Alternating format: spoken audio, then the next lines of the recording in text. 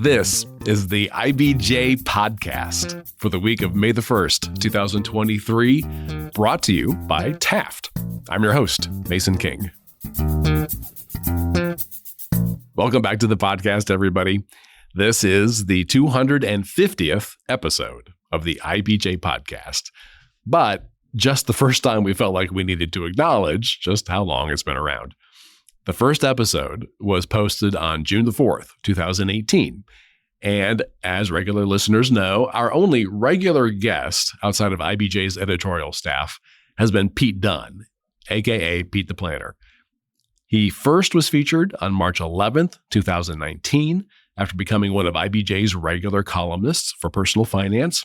And over about 20 podcast episodes since then, we have discussed investments, insurance, budgeting, retirement, buying a car, saving for college, giving to charities, quitting your job, and how to prepare for the next financial calamity.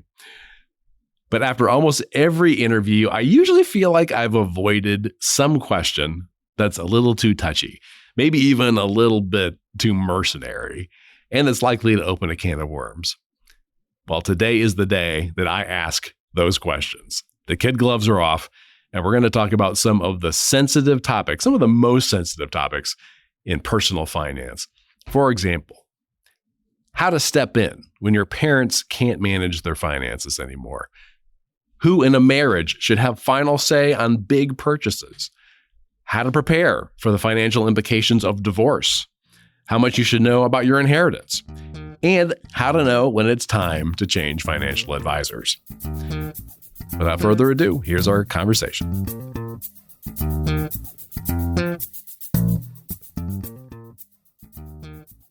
As always, it is my pleasure to welcome back to the podcast, Pete Dunn, aka Pete the Planner. How are you? I am enthralled to be on your 250th episode. You don't look a day over 60, by the way. I purposefully got my hair dyed for this episode, even though nobody can see me. It looks great. You've taken it well. Thank you. Okay. So you have ruined the surprise. It is the 250th episode. And I thought today, I could not go back and figure out how many times you've been on the show. It may be 20. I always feel like at the end of our chats, there's always something I want to ask, and I'm just too chicken to ask. So we're asking all of these questions today. I love it. Let's get uncomfortable on the 250th. That way it calls into question whether there'll be a 251. You know what I'm saying? It's up to you. Yeah. Let's dip our toes into the theme this week. Okay, this is a sensitive but fairly pragmatic question. You actually had a column about this a couple weeks ago. If it looks like your elderly parents are beginning to make poor decisions with money or are showing some signs of cognitive decline that maybe could affect their finances, how can you help them? What is the way that you can insert yourself into the situation without blowing things up? I would like to suggest as we begin this that the exception to the rule is that you won't need to help them.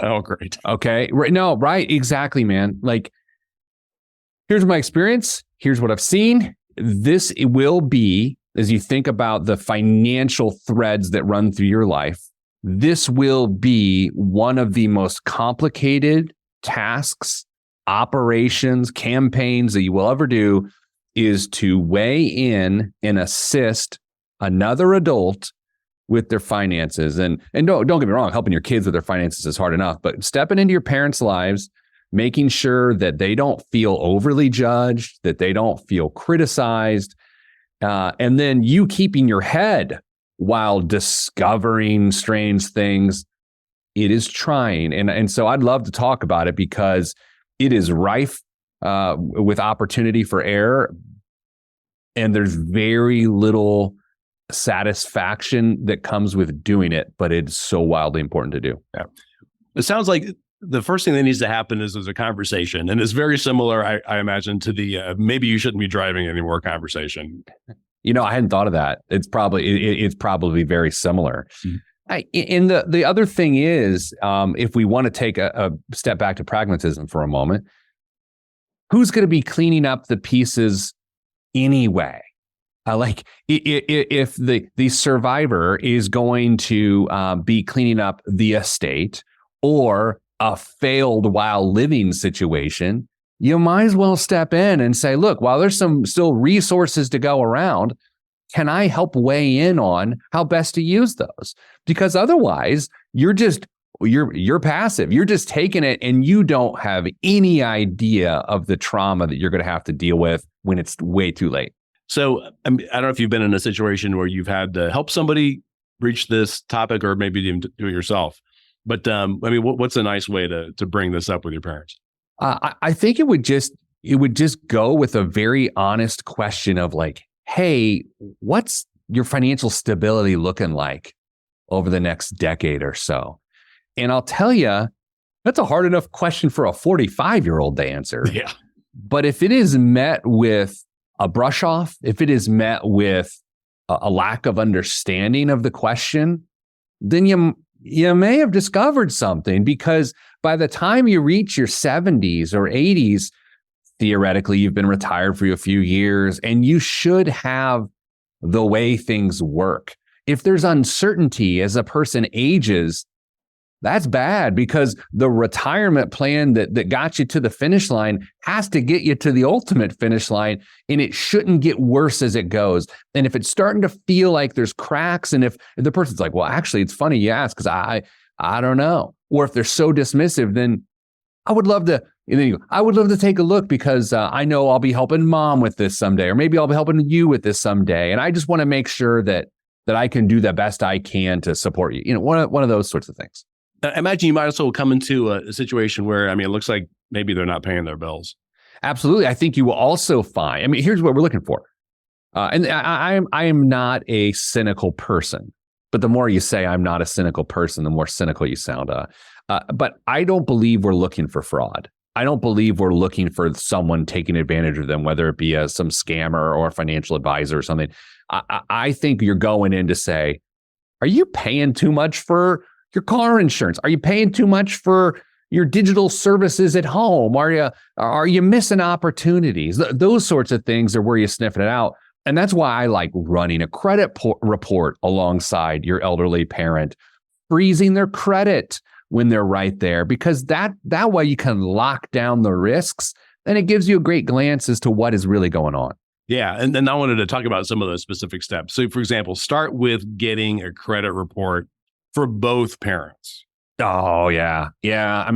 So you got to be physically there. You got to sit down with them and say, hey, let's take a look. They're going to have to answer some questions like, oh, hey, did you have a car loan in 1987 with Arcadia Bank? These sort of things that you could never think of. And so you get into the report, you see their credit lines. The score doesn't matter, by the way, just so you know, the score doesn't matter. It's about the credit lines. They're not going to be borrowing money at 80. No one's going to lend them money at 80. You are just saying, okay, what's there? What do they know about? What do they not know about? And then once you're in there, lock it down, freeze their credit, make sure that you keep their passwords and PIN numbers and those sorts of things off to the side. So if for some reason they ever needed to access it again, you can help them access it. So to freeze the credit, you've got to go to all three primary credit agencies, right? The Equifax, Experian, and TransUnion. Yeah, it's a giant pain in that wherever. It stinks, and you got to do it for each one. So it is about a 20-minute process if you're good at it, probably 35 if you're not me, right? So, it takes, I'll just be honest, like, dude, I've done it a lot. It takes a while, and it's a little bit of a pain. But once you get the hang of it, but here's the thing, you yourself should have it done, right? Your spouse should have it done. So maybe practice on yourself, and so it's easier by the time you get to your parents. I was a part of the big Anthem leak probably, 5 or 6 years ago. And it probably took me 3 hours to figure out how to freeze my credit on all three of those services. I'm not here to start casting aspersions, but it sounds like you're terrible at it, Mason. I'm pretty bad at it, but I guess my parents would be even worse.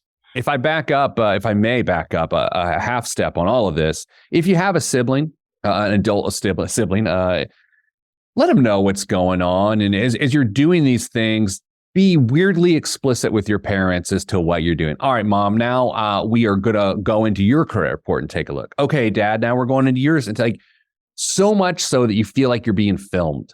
I just think it's the right thing to do. And it's not that so you can later say, well, I told you the whole time what we were doing. It's not that. It's just, and this is uncomfortable. This is private. And so you want it to feel somewhat official and professional. I'm guessing you need to check out the credit card statements. You do. And the thing is, you're going to learn a lot about what is there based on the credit report. Like credit report is like the base level blood panel, right? It's going to tell you where to look. And then once you find that, oh, there's a Capital One Visa with a $37,000 balance, and you can say, hey, do you know about this? And then they may say no, or they may say, yeah, it's okay. And then you can say it's not. Okay. And then you can help them. Identify all the sources of income. And I imagine that when you're 70, you might have a ton. You have investments, pensions, Social Security, annuities.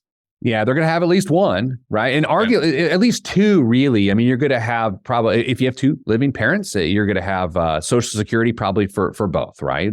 And then you potentially could have a pension, and you're likely to see some supplemental ancillary income streams as well. And you just have to make sure that when one of them passes away, which streams remain. You're a deputized financial planner at this point, right? You're like, which ones remain? And then that's how you can start to talk to them about the advice they've been given by their financial professionals. Might you, at some point need to bring in a financial planner?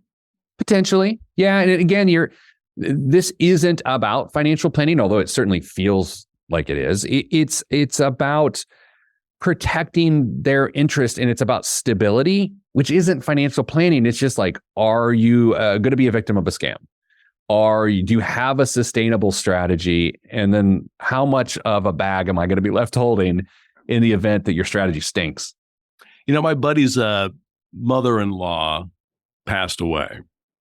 And so his wife was in the position of helping her dad just figure out what was going on with Social Security. And that was an epic journey. It is. What's weird, you bring up Social Security here for a second. It is an epic journey. It's very difficult. I'll say, anecdotally, most times you call the Social Security office and you talk to, or you go to the local office, amazing professionals. Amazing. They know so much. They are incredibly helpful. It's shocking. It's shocking. I will also say this, and I've come to figure this out. The hardest years of your life financially are 47 to 53 years old because of what you and I are talking about right now, is that you were dealing with these uber complex issues that you're on the outside of, but you're involved with, like your parents' finances. That's why any challenge that you've dealt with prior to this, it's so personal to you and you have such a stake in it that it's almost easier to navigate. This one, you're disconnected, you don't have authority, there are feelings and behaviors involved. And so even helping the survivor through the death of their loved one, that gets incredibly treacherous as well. On the topic of spouses, let's say you are in a 1 or 2 income household. One person makes significantly more than the other spouse. And like, let's say you're an attorney and you make $100,000 a year, while your spouse is a teacher who makes $50,000 a year. And I know that you've encountered this question before. Do you think that the person with a higher income should have ultimate authority on how the money is spent, and in particular, the discretionary money? I love this conversation. Again, if I was ever invited to parties, I would want to talk about this, but I'm not. And I wouldn't go if I was. Dollars don't equal votes. Dollars don't equal votes, right? So if one person has all the income, they don't get all the votes. If one person has slightly more, they don't get all the votes. I think it's the couples that voice that and give that idea some oxygen that, hey, we got to figure this out together. We have a collective income. I find that to be successful, a successful relationship from a financial perspective. Now, Mason, here's where I get a little bit nervous.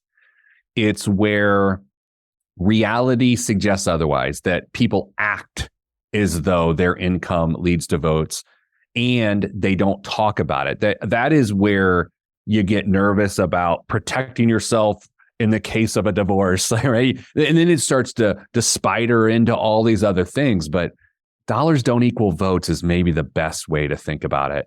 And I would also say gender dynamics play a role here. It's still in the year 2023 that anyone having this conversation was probably socialized and raised in a period in which gender dynamics were different than they are today. And so I think saying that is not inappropriate. I think not saying that is glib at best, right? You have to understand that if you're in a relationship, a heterosexual relationship, and the woman makes more than the man, fantastic, by the way. But also there could be some multi-generational feelings of awkwardness there, and give it voice. It's okay. Mm. Let's say you're the person in the relationship who makes the least. I would love to be in that position. and you are for, one person equals one vote, whereas your spouse is like, no, $1 equals one vote. Is there an approach that you could take to maybe earn yourself some more input in there? I mean, if, for example, maybe suggesting keeping separate checking accounts so you could control the money that you make. How about a hot take on the 250th episode of the IBJ podcast? Are you ready for this? Yeah. If that is really the stance, I think your dollar should be spent on marriage counseling. I'm serious, because by the way, it's not about trust. This has nothing to do with trust. I think I used to get caught up in this, that if you don't trust your spouse with money, you don't trust your spouse. I think that's hooey. My wife doesn't trust me to do surgery on her kids. She trusts me. Okay. That's a dumb thing I've said in the past. Mm-hmm. I think in this circumstance, what you're saying is that we are not equal entities within our household. And again, I think gender dynamics end up playing a lot of role here. And I think that's where we perpetuate some of the ugly things that we've come to dislike about our society, is that I think you got to go talk to someone, because you got to advocate for yourself. Just because you make less money, is your self-worth less than the person you share your life with? And I would say the answer is no, that's not the case. This to me is a super interesting question or topic, just because my wife and I have had these conversations, and I think we're generally one person is one vote. Yeah.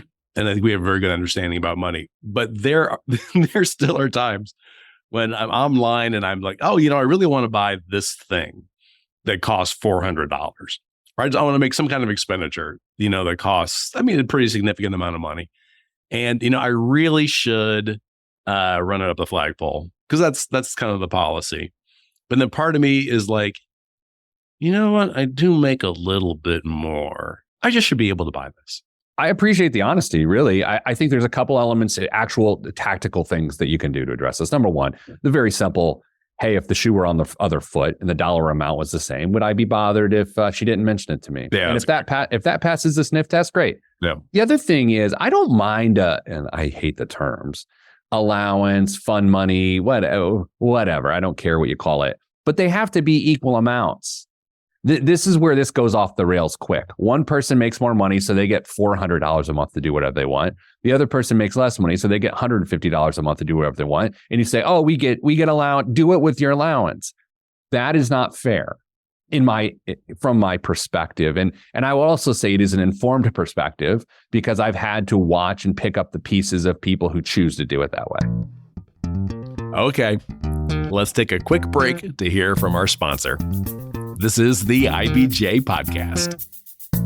Taft, today's modern law firm. With more than 800 attorneys in 8 primary Midwest markets and the District of Columbia, we provide solutions to the business issues facing middle market and emerging companies alike. We do this through a highly collaborative and inclusive team approach.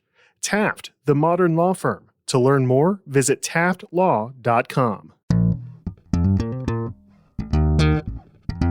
All right, we're back with the 250th episode of the IBJ Podcast and our conversation with Pete the Planner about some of the most sensitive questions in personal finance. Speaking of picking up the pieces, let's say that you are married, but you know that you are headed for a divorce. Either you expect to file for divorce or you think your spouse is headed in that direction. Is there something that you can do before divorce is filed to put yourself in as good a position financially as possible? Peter Dunn is not a licensed attorney in the state of Indiana. No, I'm not going to give legal advice here, but I'm going to give some practical guidance. Credit report's first place to go. Because what happens is in a divorce is you sometimes don't realize some of the debts that you may be forced to take on, or that you're on the hook for that you didn't even realize. So that's an interesting place to start. So I'm sorry, could you repeat that though? What is it that I'm supposed to do? Credit report. Check a credit report for my spouse? For yourself. Oh, just for myself.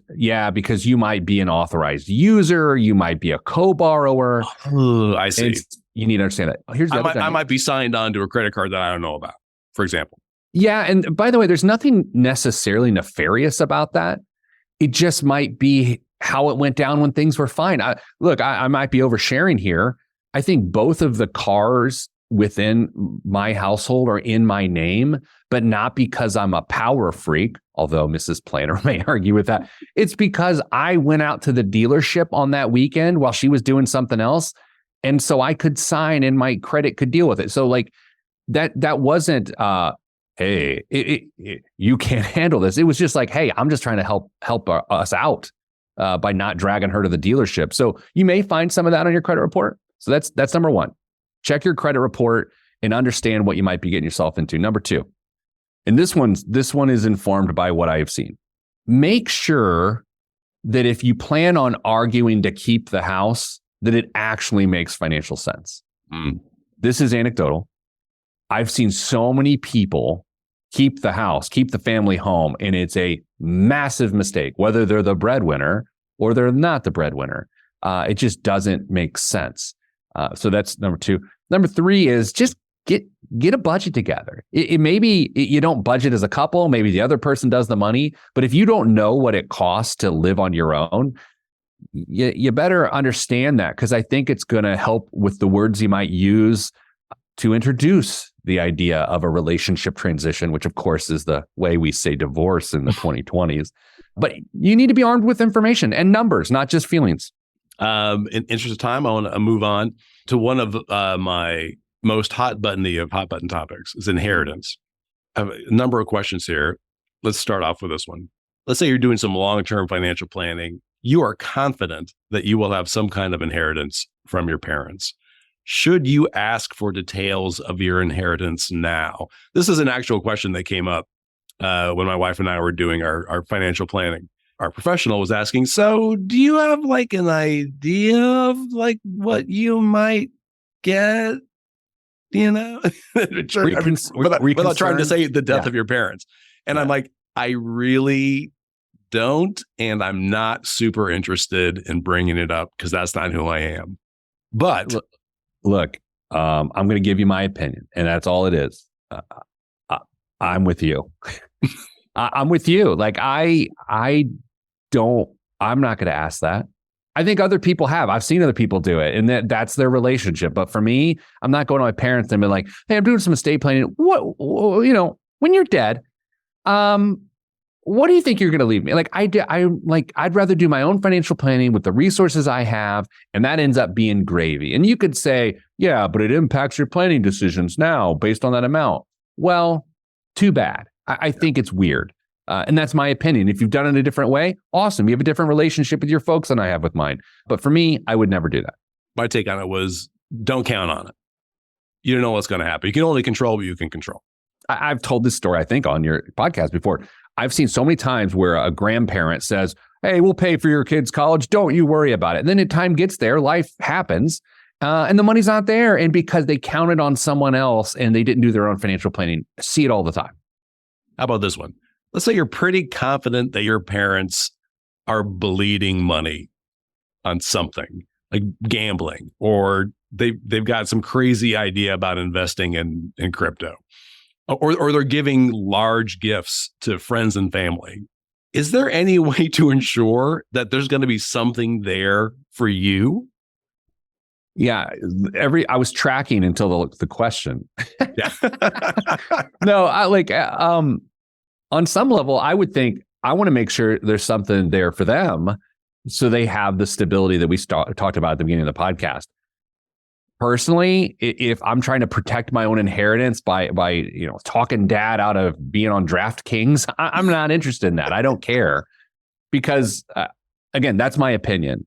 It is a financial opinion, but that's my opinion. It's protected for them. I'm not protected for myself. Other people, I've seen them do it differently, and that's fine for them. But you asked me, and they've never been on your podcast.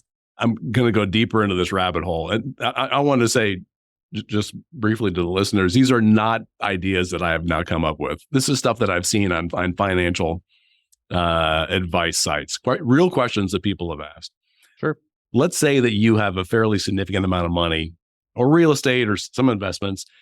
You have more than one child and you want to make sure that one gets more than the others. Can you be sure that whatever you specify in your estate will hold up to a legal challenge? Okay. So I've seen several episodes of Perry Mason and other courtroom dramas, but still not an attorney. Here's what I've seen. You can spell out pretty much whatever you want in your estate plan. And yes, anyone can fight that. Whether they're successful at it or not, I don't know. If that is your intent, you better not print off your estate documents off the internet. If that is what you want to do, you better have a buckled up estate plan with an attorney that only does estate plans, not an IP attorney who's like, yeah, I'll do it for a few $100 on the weekend. Don't do that. But yeah, you know what? Look, some people's families are different. You get, let's speak frankly, Mason, like maybe you've got someone that's caught up in substance abuse or maybe has some mental health challenges and there's a pragmatism to doing this. There's nothing wrong with that. There's nothing shady about that. It's just very hurtful and very real. Yeah, you can do that with attorney. And yeah, they could fight it, but I couldn't tell you the chances of it succeeding with the appeal. Speaking of substance abuse, for example, let's say my son gets married and the person that he marries ends up having a gambling problem or a substance abuse problem. I am very concerned that if I am to die, that the money in my estate will go to both my son and his wife or his partner. Is there any way to specify that or any way to arrange things so that only my son gets the money? How frequently do you think your son will play episode 250 of the IBJ podcast on first dates just to see if it passes the test? Zero. Okay. Though he does like looking at the podcast stats with me. Oh, well, hey, look. So I would say, dude, I don't know. I would say I don't know other than to say on some level, here's what I've seen happen is that people have tried to protect the money within the estate planning that particular way, and others have just left it to the discernment of the beneficiary to figure that out. I've seen it done both ways. I don't know the best way to do it. Let's say that your adult child is very bad with money. Is there a way to help your child financially without risking them mismanaging that money? I guess the broader question is, how can you help your child, your adult child, who is bad with money without getting taken advantage of yourself, without, basically, enslaving them to your ideas of money? The nature of mass media is that people want a sort of a crystallized answer that works in all circumstances. But here's the best thing I can come up with this question. Giving your kids money is rarely the answer, right? You can assist them with creating structure and creating plans and accountability, but stroking a check, which used to be things how people would pay people prior to Venmo, but doing those sorts of things, I've just found them not helpful because oftentimes the person doesn't have a money problem. They have a behavior problem, and giving them money to solve a behavior issue, it doesn't really work. So if the nature of your question is, how do I protect myself from getting burned after I give them money? Don't give them money. If the answer is, how do I help them without giving them money? That's a completely different question. And it is to create a level of accountability within the planning they put together for themselves. Yeah, that was maybe more the latter is what I was interested in. Let's say my kid is 16 years old. For whatever reason, I have not started saving for college. What is the best way right now to hopefully stash some money away that makes some money in interest or whatever? What's the best way besides going to a casino? Or maybe that's the way to do it. It isn't. And I think oftentimes when people are behind the eight ball, they'll go to a casino or slap it in crypto and hope for a big rise and that you get lucky. But I think you have to, maybe even the talk with the school guidance counselor, start to understand, can the student take courses in high school that are much cheaper to get for college credit? Can I start to look and encourage alternative college plans like a community college to start? So you start to make decisions around the price of the education more than the assets you're able to set aside. Of course, you're going to do the best you can to set assets aside, but let's be honest, when your kid's 16 with 2 years left to go, you're not going to be able to save enough to matter. It's really the decision making of where you're going that's going to make a bigger difference. Kind of along the same lines, I suppose, and relevant to my own experience with my parents. How much should I tell my kids about my finances? I'm excited to be right or wrong about what I'm about to say. My kids are 14 and 11, and they have a pretty good sense of finances. Although from time to time, we'll ask them what we think things cost, and they're so wildly wrong. It's a little shocking. I believe that it should escalate over time, and it shouldn't be, it can be a point of pride, but I think it's really about a point of resources, is to say, here's the money that your other parent and I have. Here's the money that we have access to on a monthly basis. And here are the decisions that we're forced to make with that money. I think that's it. I don't love blanket statements like, we'll always take care of you, or we're fine. Like, I think that's incredibly unhelpful to the younger generation. I think speaking in specifics of, hey, oddly enough, 87% of the income we make every month is already spoken for. So it's the only 13% that we get to really make decisions about. That's a lot more helpful than saying, we're comfortable. We're comfortable. Yes, we're comfortable. Like, that's not helpful. Yeah. And then the corollary to that question, I guess, is also just about inheritance. What is your take on parents letting kids know what is in store for them in the estate? That might be the toughest question you've asked and to give any sort of general answer to, because it's really about the relationship. If you believe they can handle it, I think it just goes to that very question of, hey, do you think they can handle knowing that and it not impacting their decision making in a negative way? Yes, they can. Great, tell them. If you fear that it will influence them unduly, then by all means, withhold it. They don't need to know. Yeah, because I think my experience with my parents right now is I know that they are financially secure. I know that they own their homes. I know they have income coming in, and that is about it. And I know that they have investment income, but I don't know how much. And I think, as we said before, I'm pretty good with that because I feel like my financial situation also is stable, and I don't need to know. Did they pay to get verified on Twitter? This is a good question. I think, typically the questions I'm answering for them are, how do I install the inkjet cartridge? Yeah, they're not on social media. If you ever want to go into tech support, just have a parent. That's the nature of the role. Whoever is the youngest is the tech support. Now my kids, honestly, they teach me stuff. They show my parents stuff. Like, we just keep it going. What do I do if my significant other is completely untrustworthy with money? And we have a set of ground rules, and they just continually get broken. Yeah, you have to ask them if they want to change, right? Like, is their intent to be better? They're just struggling from maybe a mental health or behavior standpoint. If the intent is to do the right thing, then I think you can place some safeguards in place. Put some safeguards in place to help them with that. If malfeasance is their directive, then I think it's different, man. I think it's like there's some self-harm there, and you don't want to enable self-harm, and you got to protect the family. So I don't know what to say to that other than, if the intent is to do right, put some structure in place. If the intent is to do wrong, maybe you reevaluate when the heck's going on, But how do you put structure in place? Structure in place. I mean, you can take away credit cards. Again, if someone says they don't want to spend money on their credit card, but they just can't help themselves, and it's like, well, hey, what if we put that in the drawer? Yeah, I think that would be helpful. I think sometimes when people are spiraling, what seems like an obvious solution, like putting a credit card in a drawer or lowering the credit limit, things like that, they don't occur to them because they feel helpless. And so I think by not being too aggressive and just say, hey, would this be helpful? You help them. Here's my last question. How do I know when it's time to move on from my financial advisor? Because you generally on the, I keep wanting to say on the show, like I'm on a network, on the podcast, generally I've said, it's a good idea to have a financial advisor. When do I know it is time to cut off that relationship and find a new one?